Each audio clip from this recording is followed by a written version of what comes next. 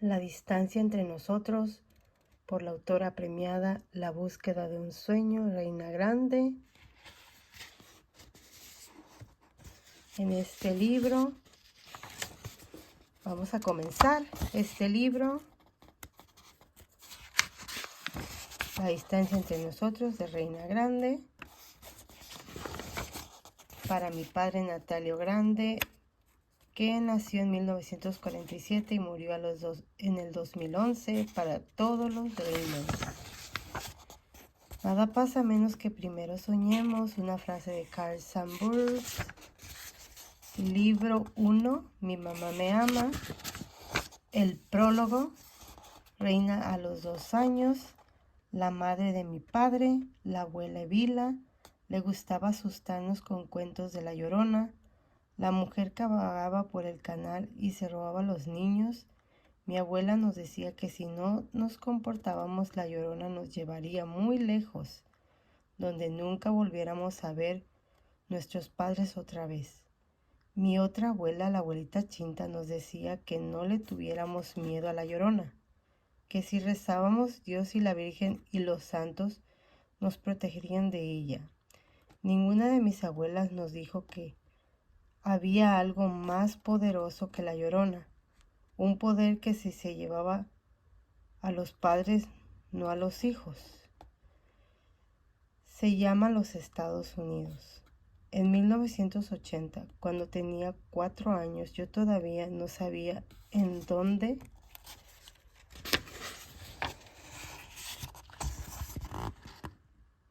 estaban los Estados Unidos o por qué la gente en mi ciudad natal, igual a Guerrero, lo llamaban el otro lado. Lo que yo sabía en ese entonces era que el otro lado ya se había llevado a mi padre.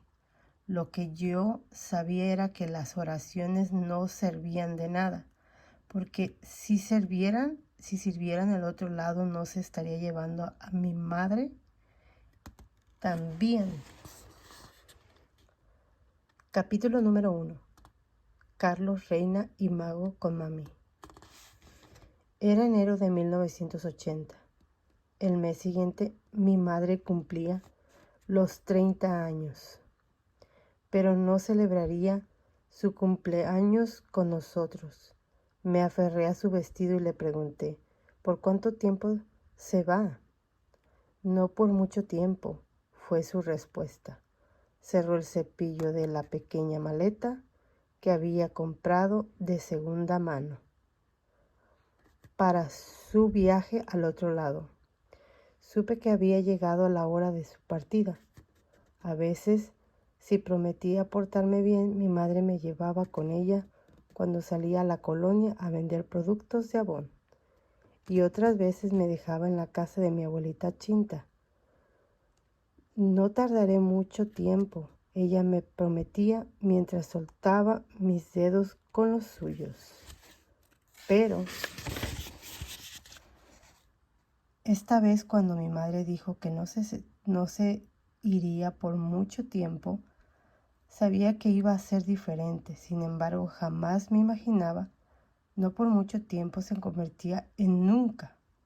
Porque es que en la realidad yo no tuve a mi madre de vuelta.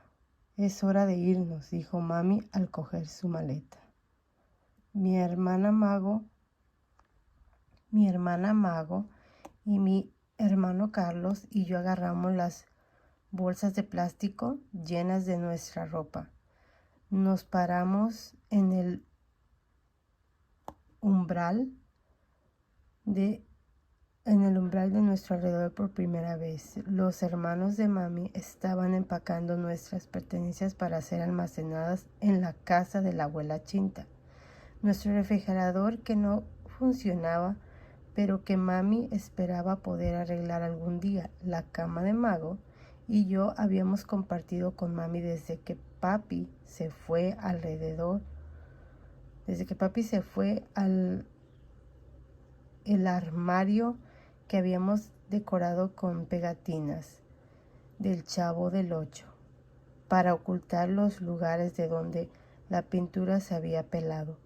La casa estaba casi vacía. Más tarde mami entregaría la llave de vuelta a don Rubén, y este ya no sería nuestro hogar, sino de alguien más.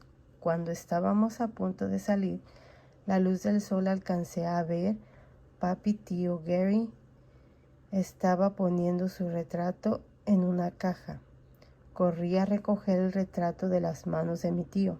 ¿Por qué te estás llevando ese retrato?, dijo mami mientras nos dirigíamos sobre el camino de tierra hacia la casa de la madre de papi. Cuando viviríamos desde ese momento en adelante, él es mi papi, le dije. Apreté el retrato contra mi pecho. Yo lo sé, dijo mami. Tu abuela tiene fotos de tu padre en su casa. No necesitas llevártelo contigo. Pero este es mi papi, le dije de nuevo. Ella no entendía que esa cara en el papel detrás de una pared de vidrio era el único padre que había conocido. Tenía 2 años cuando mi padre se fue. El año anterior, el peso se devaluó 45% frente al dólar estadounidense. Fue el comienzo de la peor recesión de México en 50 años. Mi padre se fue persiguiendo un sueño. Construimos una casa, a pesar de que él era albañil. Había construido muchas casas con la estabilidad económica de México. Nunca ganaría dinero suficiente para hacer su sueño una realidad. Como la mayoría de los inmigrantes, mi padre había salido de su país natal con grandes expectativas de lo que sería la vida en el otro lado. Una vez que la realidad se impulsó y se dio cuenta de que los dólares no eran tan fáciles de ganar como lo contaba la gente, tuvo que enfrentar 2 opciones: regresar a México con las manos vacías y con la cabeza baja, o enviar por mi madre. Se decidió por lo último, con la esperanza de que entre los dos podían ganar dinero necesario para construir la casa que soñaba. Luego podría finalmente regresar a su país con la cabeza bien alta, orgulloso de lo que había logrado. Mientras tanto, nos estaba dejando sin mi madre. Mago, cuyo verdadero nombre es Magloria, aunque nadie la llamaba así, tomó mi bolsa de ropa para que yo pudiera recoger el retrato de papi con las 2 manos. Era difícil mantener el equilibrio en camino lleno de rocas, en las cuales podría tropezar y caerme. Esa mañana de enero yo fui muy cuidadosa porque llevaba a mi papi entre mis brazos y se podía romper con facilidad, al igual que la botella de Coca-Cola que Mago llevaba al día en que se tropezó. Se rompió en pedazos. El líquido dulce de color marrón llevaba la sangre que emanaba de la herida de Mago. Necesito 3 puntos satura. Esa no sería su primera cicatriz y tampoco la última. Juana, ¿ya te vas?, dijo doña María. Era una de las clientas de Avon de mami. Corría por el camino con una bolsa vacía rumbo al mercado. Sus labios estaban pintados de color rosa, con el lápiz labial de Avon que le había comprado a crédito a mami. Ya me voy, amiga, dijo mami. Mi esposo me necesita a su lado. Había perdido la cuenta de las veces que mami había dicho eso desde que llamó a mi padre por teléfono 3 semanas atrás. En poco tiempo toda la colonia de la Guadalupe se enteró de que mami se iba al otro lado. Me enfurecía al oírle decir esas palabras.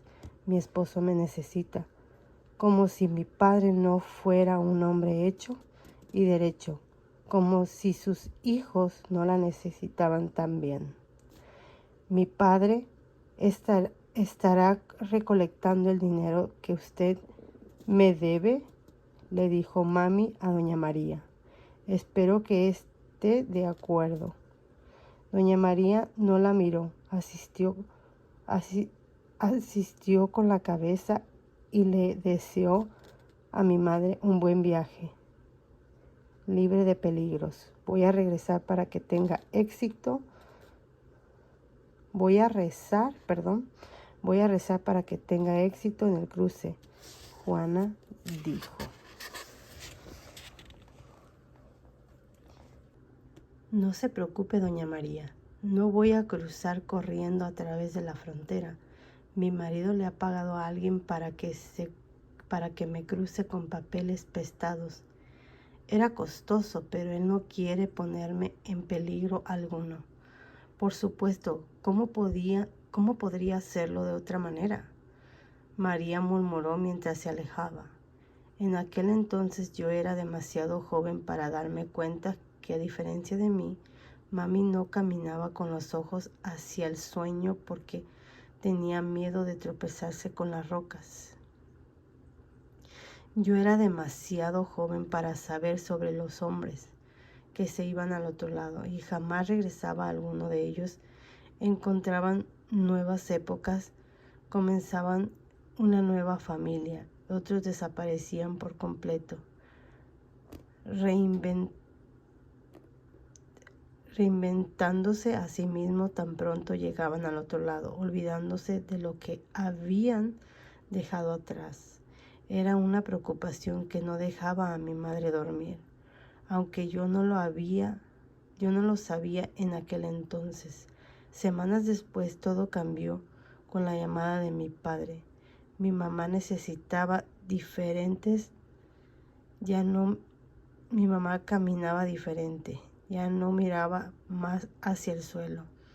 Mi esposo ha enviado por mí, él me necesita, le dijo a todo el mundo. Y las mujeres como doña María, cuyo marido la dejó hace mucho tiempo, bajaban la mirada. No vivimos lejos de la casa de mi abuela. Y tan pronto le dimos la vuelta a la esquina, apareció a la vista la casa hecha de adobe de la abuela Evila. Estaba localizada al pie de una colina. Tenía la forma de una caja y había sido pintada de blanco.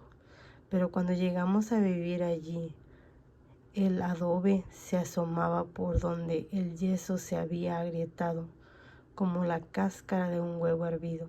Tenía el techo de tejas de terracota y una bungavilla se preparaba por un lado. La bungavilla estaba en plena flor y la enredadera gruesa con flores rojas. Parecía una mancha de sangre que se extendía sobre la pared, nunca de la pared blanca de la casa. La propiedad de mi abuela era a la longitud de 4 casas y estaba rodeada por un corral. Al este de la casa había una calle sin pavimentar que conducía a la iglesia, la escuela y el molino de tortillas.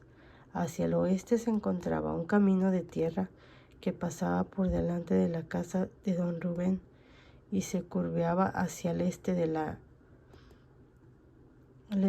lonchería, el canal, el periférico y el cementerio, la estación de tren, el centro. Su casa estaba en el lado norte de la parcela de la casa de mi tía. Estaba en el lado sur. El resto de la propiedad era una grande yarda con varios árboles frutales.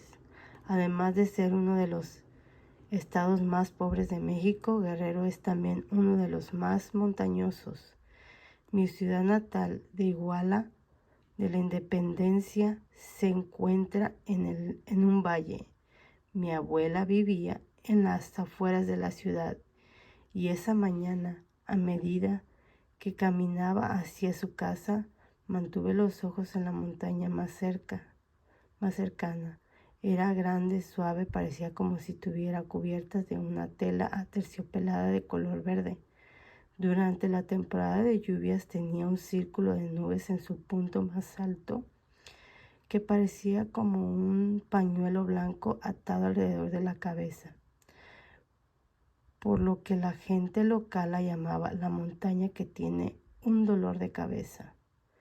En aquel entonces yo no sabía lo que había en el otro lado de esa montaña, y cuando le pregunté a mami me dijo que no lo sabía. Otra ciudad, supongo. Ella señaló en una dirección, dijo en que Acapulco estaba en algún lugar por allí cerca, a 3 horas de distancia en el autobús. Señaló después de la dirección opuesta y dijo que la Ciudad de México estaba allí, también a 3 horas en autobús. Pero cuando uno es pobre, no importa qué tan cerca están las cosas, todo queda muy lejos. Y así, hasta ese día, mi madre, de 29 años, nunca había estado en el otro lado de las montañas. Escuchen a su abuela, dijo mami, sorprendiéndome, no me había dado cuenta que los callados que estábamos todos durante nuestra caminata. Dejé de mirar a la montaña que tiene un dolor de cabeza y miré a mami, quien estaba de pie ante nosotros diciendo: ella nació enojada, dijo Mago en voz baja. Carlos y yo soltamos una risita. Mami se rió también, pero se contuvo. Cállate, Mago, no hables así. Su abuela no está haciendo a su papá, nos está haciendo a su papá y a mí un favor. Háganle caso, siempre hagan lo que dice. Pero, ¿por qué tenemos que quedarnos con ella?, preguntó Carlos. Él estaba a punto de cumplir sus 7 años. Mago a los 8 y medio. Era 4 años mayor que yo. Ambos faltaron a la escuela ese día, pero no les importaba. ¿Cómo podían pensar en números y letras cuando nuestra madre nos estaba dejando yéndose a un lugar del cual la mayoría de los padres nunca volvían? ¿Por qué no nos quedamos con abuelita Chinta?, preguntó Mago. Pensé en la mamá de mami. Yo quería mucho a mi abuelita, con su sonrisa desdentada y ese aroma de aceite de almendras que siempre la envolvían. Su voz era suave como el arrullo de las palomas que tenía en jaulas en su choza. Sin embargo, yo no quería estar con ella, ni con nadie. Yo quería estar con mi madre. Mami suspiró. Su padre quiere que se queden con su abuela Evila. Él piensa que será mejor. Pero, ¿por qué se tiene que ir mami?, le pregunté de nuevo. Ya te he dicho por qué, mija. Estoy haciendo esto por ti y por todos ustedes. Pero, ¿por qué no puedo ir con usted?, insistí. Las lágrimas me quedaban en los ojos. Voy a portarme bien, se lo prometo. No puedo llevarte conmigo, reina. No esta vez. Pero basta, tu padre ha tomado la decisión y nosotros debemos hacer lo que él dice. Mago y Carlos y yo discutimos el paso y pronto mami se encontró caminando sola mientras nosotros caminábamos lentamente tras de ella. Miré el retrato en mis brazos y estudié el cabello negro y ondulado de papi, sus labios gruesos, su nariz chata y los ojos rasgados que miraban un poco hacia la izquierda. Yo quería, como siempre lo hacía en ese entonces, como todavía lo hago ahora, que sus ojos estuvieran mirándome a mí y no hacia un lado, pero sus ojos estaban congelados de esa posición y no había nada que pudiéramos hacer al respecto. ¿Por qué se la está llevando?, le pregunté al hombre detrás del vidrio. Como siempre, no hubo respuesta. Señora, Ya llegamos, gritó a mami en el portón. Al otro lado de la calle, el perro del vecino nos ladraba. Yo sabía que la abuela estaba dentro porque mis ojos ardían por el olor acre de los chiles guajillos que se estaban asando en la cocina. Señora, ya llegamos, mami llamó de nuevo. Puso una mano en la manilla del portón, pero no la abrió. Desde el principio, mi abuela no quiso a mi madre. 10 años y 3 nietos después. Todavía desaprobaban la elección de mi padre como esposa. Una mujer que provenía de una familia más pobre que la suya. Así que mami no se sentía cómoda entrando en la casa de mi abuela sin permiso. Por eso estábamos afuera del portón bajo el calor abrazando del sol del mediodía. Señora, soy yo, Juana, gritó mami, mucho más fuerte que antes. Mi abuela nació en el año de 1911 durante la Revolución Mexicana. Cuando llegamos a su casa, ella estaba a punto de cumplir 79 años. Su pelo largo era plateado y a menudo lo llevaba recogido en un moño apretado. Tenía una pequeña joroba en su espalda que hacía en el cuerpo se inclinaba hacia el suelo.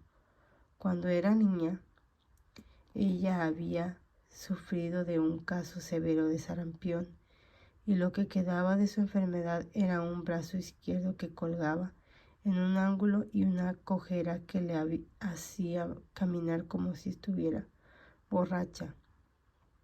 Finalmente salió de la casa de la puerta de la cocina mientras se dirigía al portón. Se sacó las manos del delantal manchado con salsa roja fresca. Ya llegamos, dijo mami. Ya veo, contestó mi abuela. No nos abrió la puerta y no nos pidió que entráramos para refrescarnos bajo la sombra del limón en el patio. El sol brillante me quemaba el cuero cabelludo. Me acerqué a mami y le escondí en la sombra de su vestido. Gracias por permitir dejar a mis hijos aquí bajo su cuidado, señora, dijo mami. Cada mañana mi marido y yo estábamos enviando dinero para los gastos. Mi abuela nos miró a los tres. Yo no podía adivinar si estaba enojada. Tenía la cara en una mueca constante, sin importar en qué tipo de estado de ánimo se hallaba.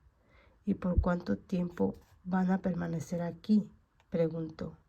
Yo esperé la respuesta de mami con la esperanza de oír algo más concreto que no por mucho tiempo.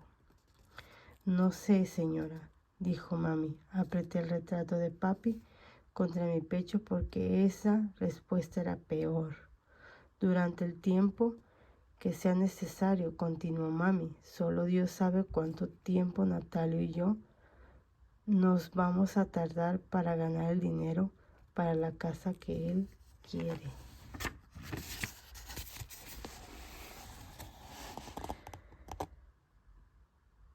¿Qué él quiere?, preguntó la abuela Vila, apoyándose contra el portón. ¿Que no la quieres tú también? Mami nos miró y nos abrazó, nos apoyamos en ella. Nuevas lágrimas salían de mis ojos y me sentí como si me hubiera tragado una de las canicas de Carlos. Me aferré al vestido de flores de mami y deseé poder quedarme allí para siempre, escondida en los pliegues de envuelta de la seguridad de su sombra. Por supuesto, señora. ¿Qué mujer no quisiera tener una casa de ladrillos? Pero el precio será grande, dijo mami. Los dólares americanos compran bastante aquí,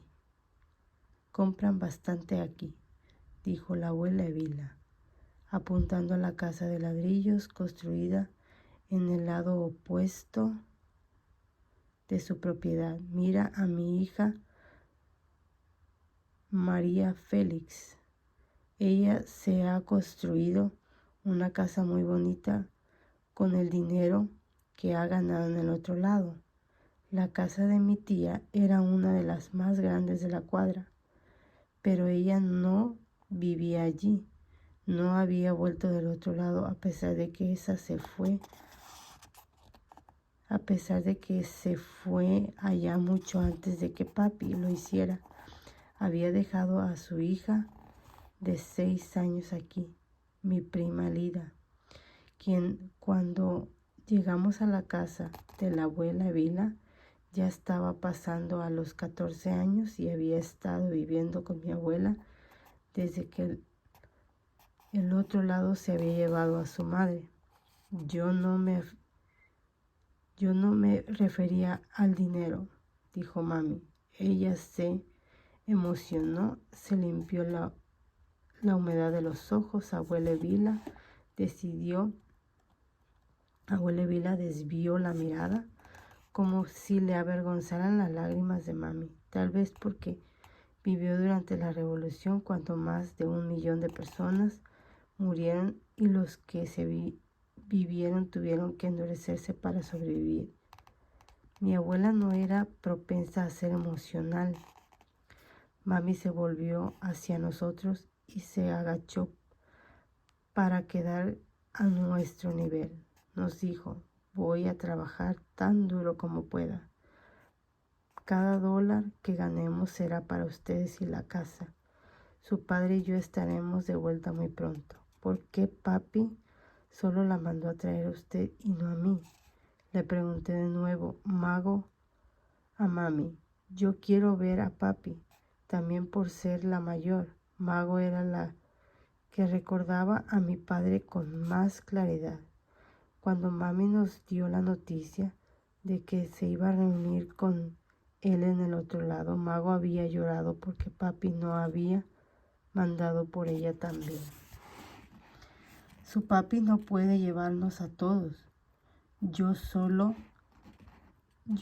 voy allá para ayudarle a ganar el dinero para la casa, dijo mami otra vez. No necesitamos una casa, necesitamos a papi, dijo Mago. La necesitamos también a usted.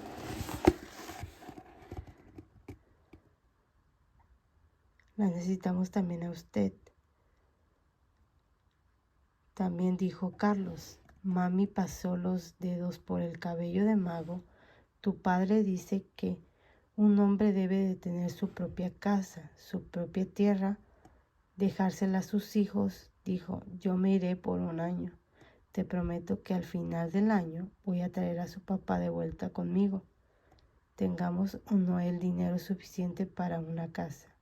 ¿Me prometes cuidar a tus hermanos por mí? Ser su madrecita. Mago miró a Carlos y luego a mí. No sé lo que mi hermana vio en mis ojos, pero hizo que su rostro se ablandara. Habría sabido en ese entonces que muchos que la iba a necesitar. Sabría en ese momento que sin su fuerza y su inquebrantable amor no hubiese sobrevivido lo que estaba por venir. Su rostro estaba lleno de determinación cuando miró a mami y le dijo, sí, mami, se lo prometo.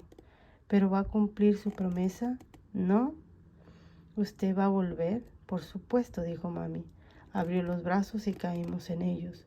No se vaya, mami. Quédese con nosotros, quédese conmigo, le dije mientras me aferraba a ella. Me besó en la frente y me empujó hacia el portón cerrado.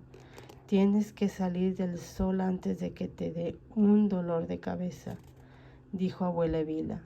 Por fin abrió el portón para dejarnos entrar, pero no nos movimos, nos quedamos allí, cargando nuestras bolsas, y de repente quise tirar el retrato de papi contra el suelo para que se rompiera en pedazos, pues lo odiaba por llevarse a mi madre y separarla de mí. Solo porque Quería ser dueño de una casa y un pedazo de tierra. No me deje, mami, por favor. No me deje, mami, por favor. Supliqué. Mami nos dio a cada uno un brazo y mami nos dio a cada uno un abrazo y un beso de despedida. Cuando ella me besó, apreté mi mejilla contra sus labios pintados de rojo.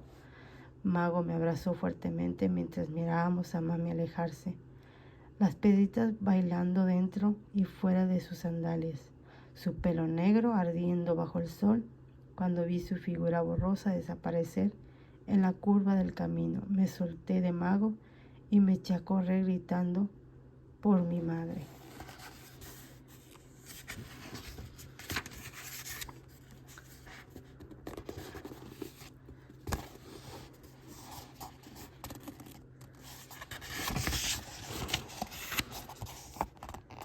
A través de mis lágrimas vi en un taxi llevársela lejos, dejando nubes de polvo a su paso. Sentí una mano en mi hombro y vi detrás de mí. Vamos, nena, dijo. No tenía lágrimas en los ojos. Mientras caminábamos de regreso a la casa de mi abuela, me pregunté si cuando mami le pidió a Mago que fuera nuestra madrecita, significaba también que no se les permitía llorar. Carlos seguía de pie junto al portón, esperando para que pudiéramos entrar a la casa juntos. Miré hacia el camino, vio una vez más y me di cuenta de que ya no quedaba nada de mi madre. Al entrar a la casa de mi abuela, me toqué la mejilla y me di cuenta de que había algo que todavía me quedaba, la sensación de sus labios rojos en mi piel.